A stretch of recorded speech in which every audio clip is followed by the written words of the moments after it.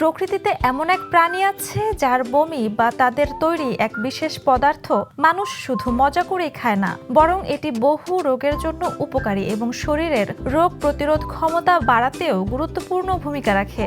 জানেন কি কোন সেই প্রাণী আর কি সেই পদার্থ? আমরা যে মধু খাই তা বৈজ্ঞানিকভাবে মৌমাছির প্রসেসড ভমিট বা প্রক্রিয়াজাত বমি হিসেবে পরিচিত।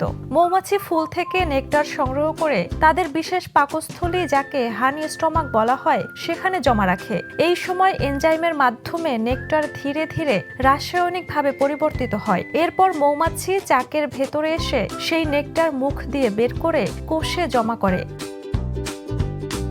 চাকের ভেতরে অন্য মৌমাছিরা ডানার বাতাসে এর পানি কমিয়ে ঘন করে তোলে, ফলে তৈরি হয় সুস্বাদু ও পুষ্টিকর মধু। এতে থাকে অ্যান্টিঅক্সিডেন্ট, অ্যান্টিব্যাকটেরিয়াল উপাদান, যা রোগ প্রতিরোধ ক্ষমতা বাড়াতে সাহায্য করে।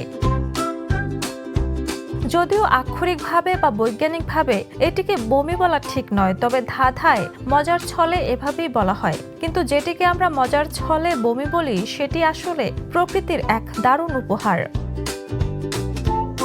Desk report, the news.